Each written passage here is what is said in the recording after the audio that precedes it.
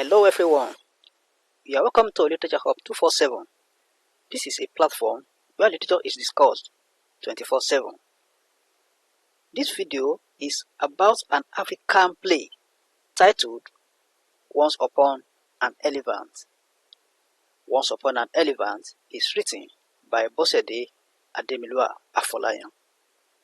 Indeed, this is Acts 3 and 4 of Once Upon an Elephant. Earlier on this channel, we've discussed the plot summary as well as Act 1 and Act 2 of Once Upon an Elephant.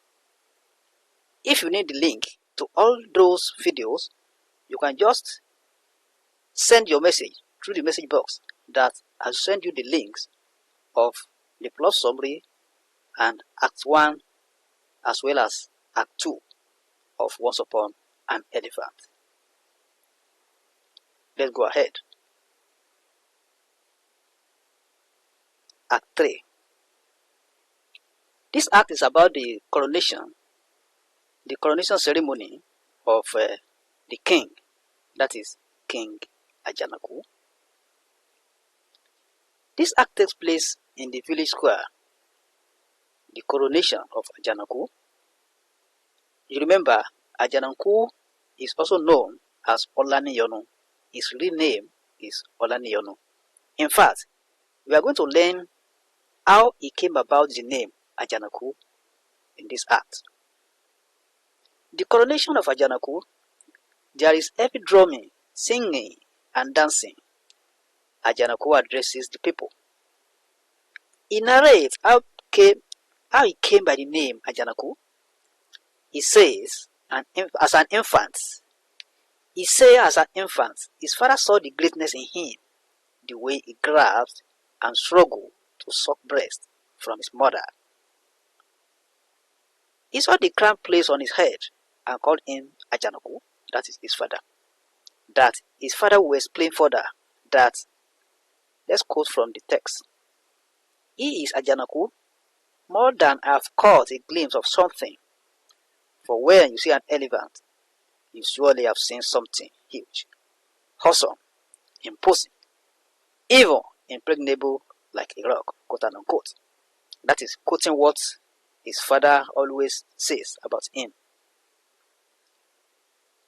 When he started crawling and fought with his age mates and beat them, his father would say he was really showing the strength of an elephant. He says that elephants crush anything that stands in its way. Syllabus also says the assembly is for the people, and it is only the king that can unite the people. Ajanaku then asks if there are people who don't support him. Ogunde responds and pledges the total support of the people to the king. That is after his speech. It's not requesting for the people if there's any one of them that is not in support. Ajanaku then asks if there are people who don't support him. Ogunde responds and pledges the total support of the people to the king. Odegbami also promises that the council will address some things the king has heard or seen, that is, some things that he has heard about him. Ogundele and Odejimi also say that the headers are in absolute support of the king. Ajanaku continues by condemning his predecessors. He says he will not follow their footsteps and their weak approaches to resolving matters. He says his home is a new beginning. Everybody shouts, Kabiyesi, we have been given power to rule, and rule we shall. Celebrate, Ajanaku says, and he exits. Odegbami calls the headers to move to the courtyard for celebration. He then calls the attention of the headers to the royal speech. Ogundele comments that it is a declaration of war, and Odejimi condemns berated his lineage and calls his father a failure. Ogundele sees nothing wrong in it and says times are changing. He says the king's father should be let out of the conversation and should think on how to help the new king. They afterward join the other people. That is Act 3. Before we continue with Act 4, please, if you are new on this channel, try and click on the subscribe button and the bell icon so that you'll be notified whenever any video is produced. Act 4. This act takes place in Odejimi's house. He sits down while music plays in the background. Iyale, his wife, rushes in. Iyale comes to pick her blue gele, that is hair tie. That is what is called in Yoruba, gele, is hair tie, to mark the coronation ceremony of King Ajanaku. That is to mark the coronation ceremony. So he has come to pick blue color that match royalty. That's why he has come to pick his blue gele. She asks his husband what he's still doing at home, or if there is something wrong with him. Odejimi doesn't give her any welcome response. She then asks if they are quarreling. Iyale concludes that her husband is worrying about the selection of Olaniyono as the king. She then advises him to think less of what he cannot handle, that he is not the only one worrying about the selection.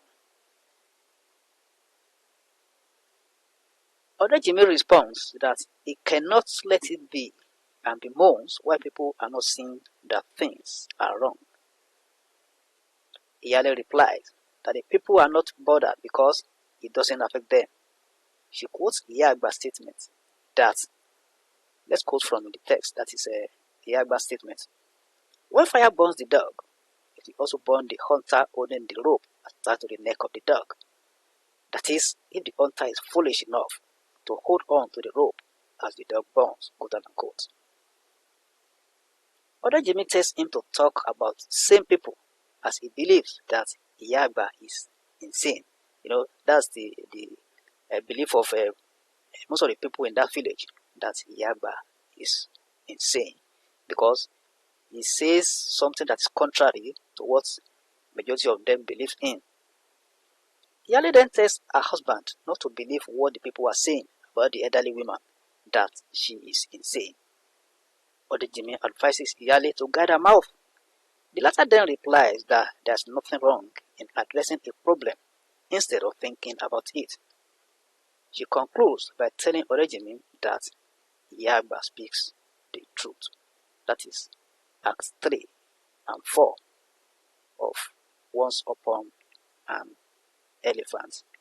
So as I said earlier, if you are just joining this channel, please try and click on the subscribe button and the bell icon so that you'll be part of this channel. And if you have any question on this video or any other video or on literature generally, you can send your message through the message box and your questions will be attended to. You're also free to share our videos on any social media platform.